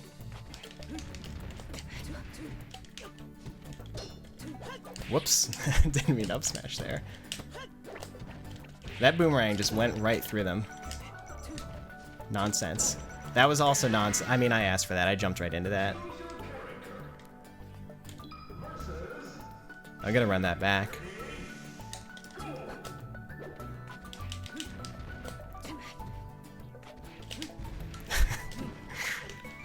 Oh god, this is not a good start.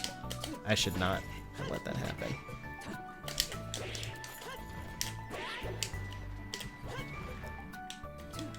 Ooh, that was a good wave dash back.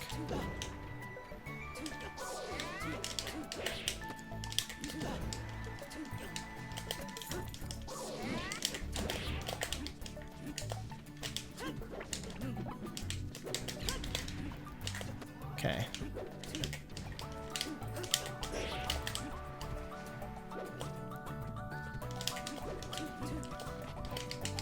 That's like, you know, play neutral like you're actually supposed to play it against Sheik. Oh, that's not gonna work.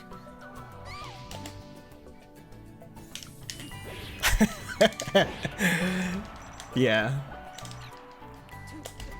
That's why Sheik players don't bother trying to recover a Zelda, because you lose your invincibility when you transform back. You could just get punished for it.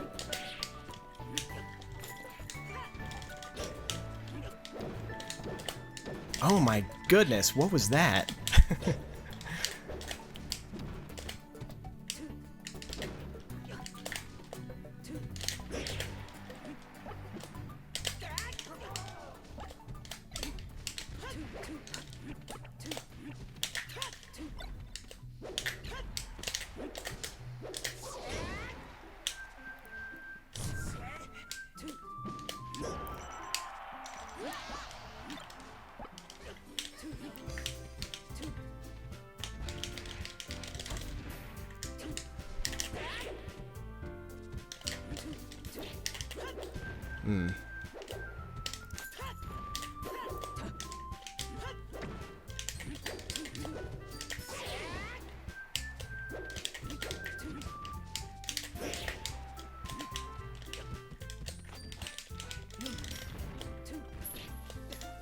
Whoops. Okay.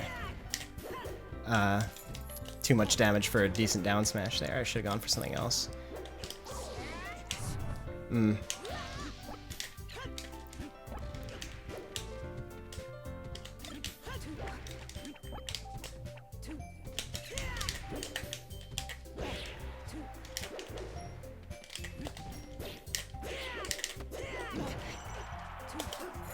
Ooh, okay.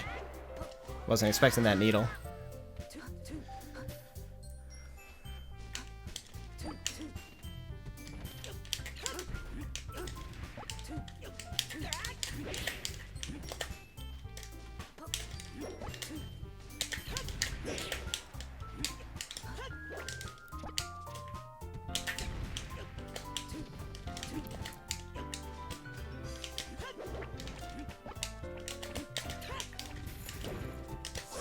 Okay.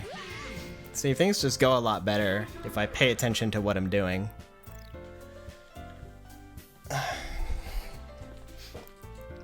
Yeah, Sheik is a bad matchup for Link. Sheik is probably Link's worst matchup.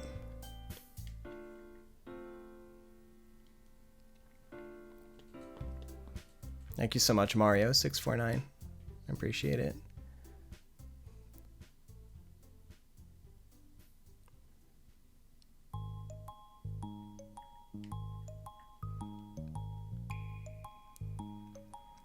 Yeah, you're right, Onion Kid. I do want to play one more.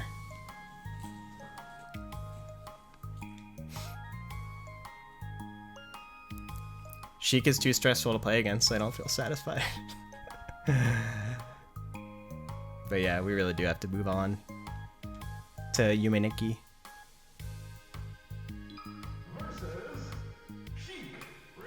Another Sheik on FD? Why?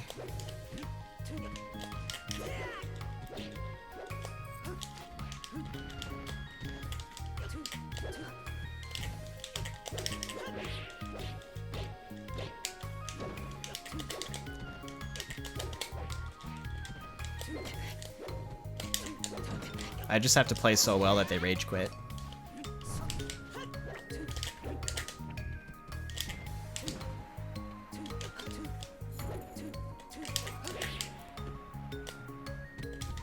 Oh, man.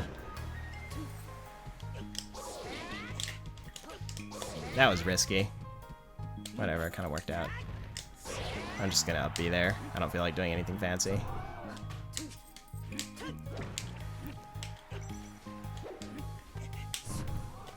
Huh, okay.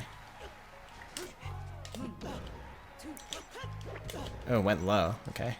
And my bomb jump isn't gonna work because my up B is stale.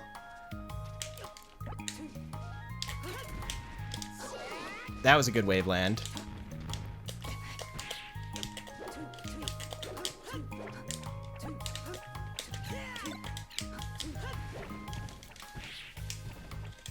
Oh my goodness. Oh, I didn't even realize I stalled my jump. Dang, that totally messed me up. This isn't going well.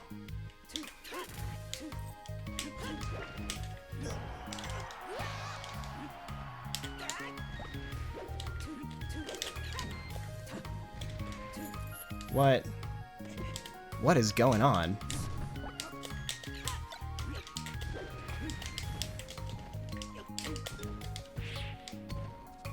Yeah. FD. Just not good for this matchup. And what you're not seeing is that Sheik just... Sheik has a chain grab against Link that, if there's no platforms, it's just inescapable. And most players are just courteous enough to not use it if you're not in tournament.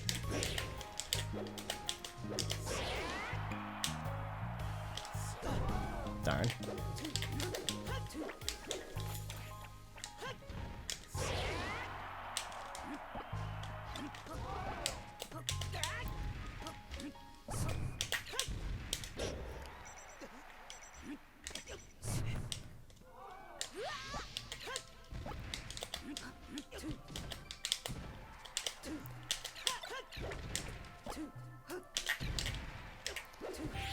That was a risk, but I'm glad that I took it. Okay, now we're talking. Uh-oh. Just push me off, please. I've been struggling with that today. I'm like holding shield and they're not pushing me to the ledge. Maybe people are adapting to that meta. Oh no, that was not a good option. I'm just gonna get back aired there. I gotta stop playing this dang game. This game sucks anyway.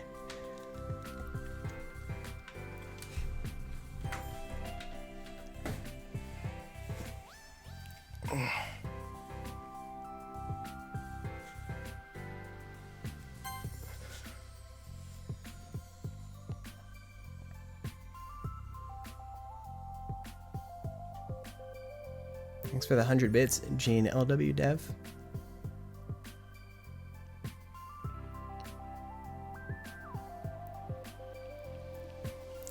Thanks so much for your kind words. I hope that you can get a lot out of your own game development pursuits as well. I hope it's very fulfilling.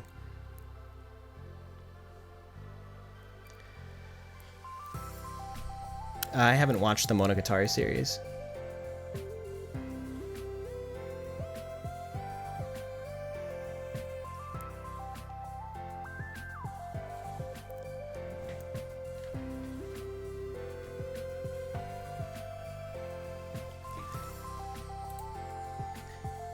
I'm gonna have to pause the music because Yumeniki has its own music.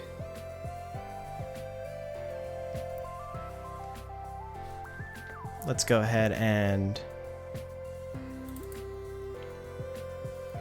change the text.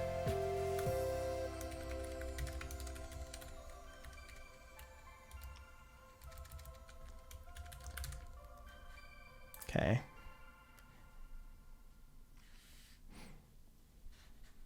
Now we're moving away from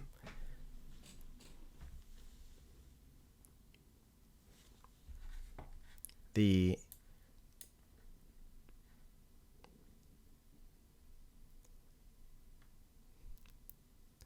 just for fun game, moving towards the artistic game.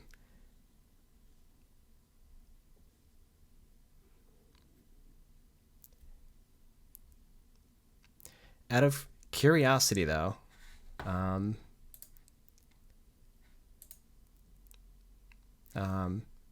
I guess I could set up a poll or something, but I'm not going to bother. Who has never even heard of Yume Nikki? I'm curious. Like, press 1 if you just have never even heard of the game.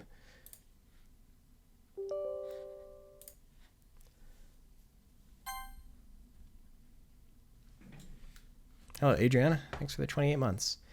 That's a lot of people. Yume Nikki came out around 2004, I think it was. And it was like an RPG Maker game. But it was so bizarre and unsettling and like unique in its artistic presentation and the gameplay, or I guess you could say lack thereof, that like my understanding is that it just quickly kind of caught on as, I don't know, this sort of cult hit that got, you know, a really strong community. And it was one of my inspirations as, I'm going to switch to this for the time being, like while I set up the game. Yeah, it was quite an experience for me, and it was an inspiration for me in various ways, and so I like wanted to take the opportunity to share it.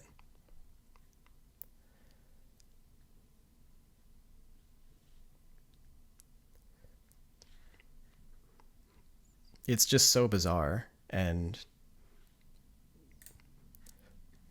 like immersive in its own strange way.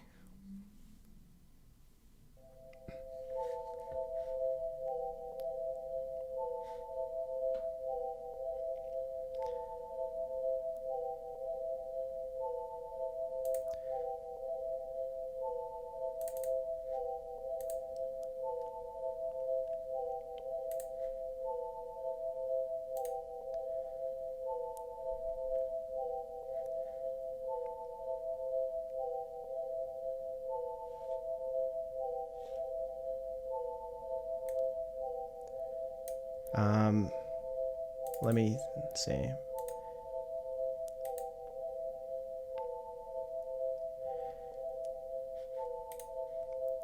Okay. Game capture might not be working, so I'm going to try window capture instead.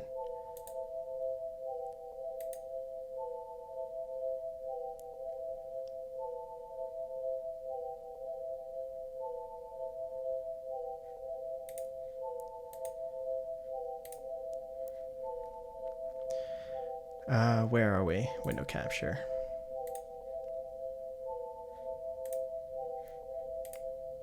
There we are.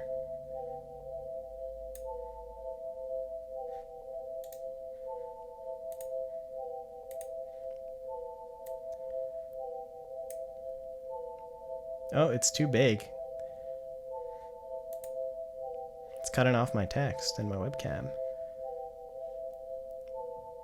And also kind of has this border around it, I guess, because I'm doing window capture, but I think we'll, like, I don't feel like, maybe I will take the time to crop it. Let's see.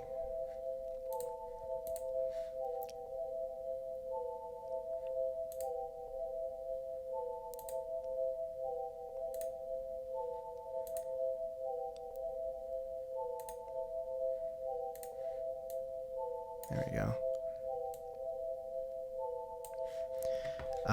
Gotta fix the text.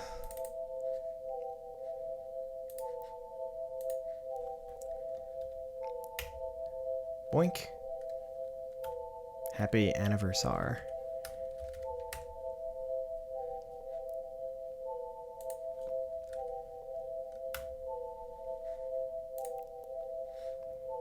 Recenter my webcam a little bit. Okay, let's play.